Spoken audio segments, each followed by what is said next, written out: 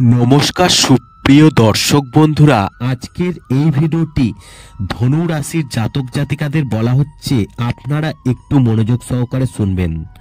দেখুন, আমার প্রতিটা ভিডিও খুব অল্প টাইমের, কোনো এক্সট্রা কিন্তু কথা নিয়ে আলোচনা করি না, মেন টপিক আপনাদেরকে জানিয়ে দিই। তাই বলবো, যদি ভালো লাগে থাকে অবশ্যই লাইক করবেন এবং সাবস্ক্রাইব করে আমাদের পাশে থাকবেন। জ্যোতিষশাস্ত্রে দেবগুরু বৃহস্পতির বিশেষ স্থান রয়েছে, অর্থাৎ গুরুর কৃপায় এই ধনু রাশির ভাগ্য তুঙ্গে, অর্থ থেকে সফলতা সব পাবেন এরা। জ্যোতিষে দেবগুরু বৃহস্পতির বিশেষ স্থান রয়েছে, যার ওপর গুরুর কৃপা হয় তাকে জীবনে কোনো ধরনের সমস্যার সম্মুখীন হতে হয় না। বৃহস্পতি ব্যক্তির ভাগ্যের দরজা খুলে দেয়।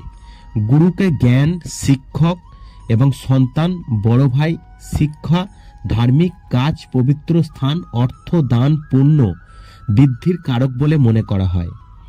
তাই বলবো যে দেবগুরু বৃহস্পতির বিশেষ আশীর্বাদে এই কপাল খুলতে চলেছে ধনু রাশির জাতক জাতিকাদের। তবে জ্যোতিষে বৃহস্পতি গ্রহ 27 নক্ষত্রের পুনর্বসু এবং বিশাখা ও পূর্ব ভাদ্রপদ নক্ষত্রের অধিপতি বলে মনে করা হয়। জ্যোতিষে 12টি রাশির কথা বলা হলেও এই ধনু রাশির ওপর বিশেষ প্রসন্ন হয়ে থাকেন দেবগুরু বৃহস্পতি। তাই মার্চ মাসেই ধনু রাশির ভাগ্যের চাকা খুলবে। এবার আপনাদের মনে প্রশ্ন থাকতেই পারে, ধনু রাশির কোনোদিনই ভালো হয় না। দেখুন, জ্যোতিষশাস্ত্রে কখনোই বলা হয় না যে একই রাশির ব্যক্তিদের সবার জীবন সমান যাবে। আপনার ভালো সময় যাচ্ছে, অন্য ধনু রাশির ব্যক্তির হয়তো খারাপ সময় যাচ্ছে, কিংবা অন্যজনের খারাপ সময় যাচ্ছে, আপনার ভালো সময় যাচ্ছে। অন্যজন চাকরি করছেন, আপনি চাকরির পরীক্ষা দিয়ে ক্লান্ত হয়ে যাচ্ছেন।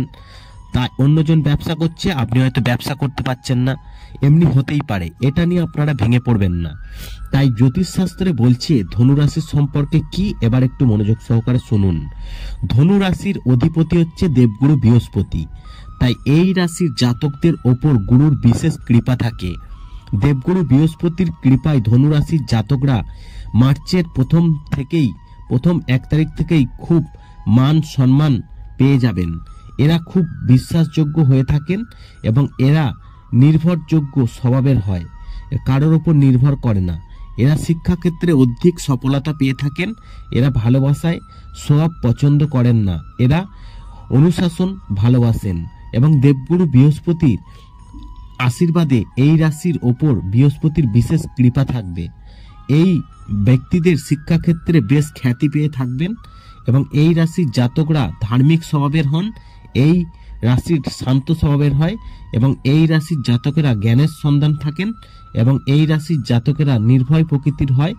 এই রাশির জাতকেরা প্রতারকদের একেবারেই পছন্দ করেন না এবং এই রাশির জাতকদের ওপর দেবগুরু বৃহস্পতির কৃপা থাকায় এদের কোনো সমস্যার মুখোমুখি হতে হয় না। তবে আপনাদের হয়তো সমস্যার মধ্যে যাচ্ছে এই সময়টা, তবে বলবো যে ভালো সময় কিন্তু সবার আসে না। অর্থাৎ আপনার আসছে বলে সবার আসবে এমনি কোনো কথা নেই। হয়তো আপনার আসছে, অন্যজনে আসছে না, অন্যজনে আসছে, আপনার আসছে না। এতে ভেঙে পড়ার কিছু নেই। চেষ্টা করুন, ভালো কিছু অবশ্যই পাবেন। ভিডিওটি ভালো লাগলে লাইক করুন, কমেন্ট করুন, শেয়ার করে অন্যদের জানার সুযোগ করে দিন।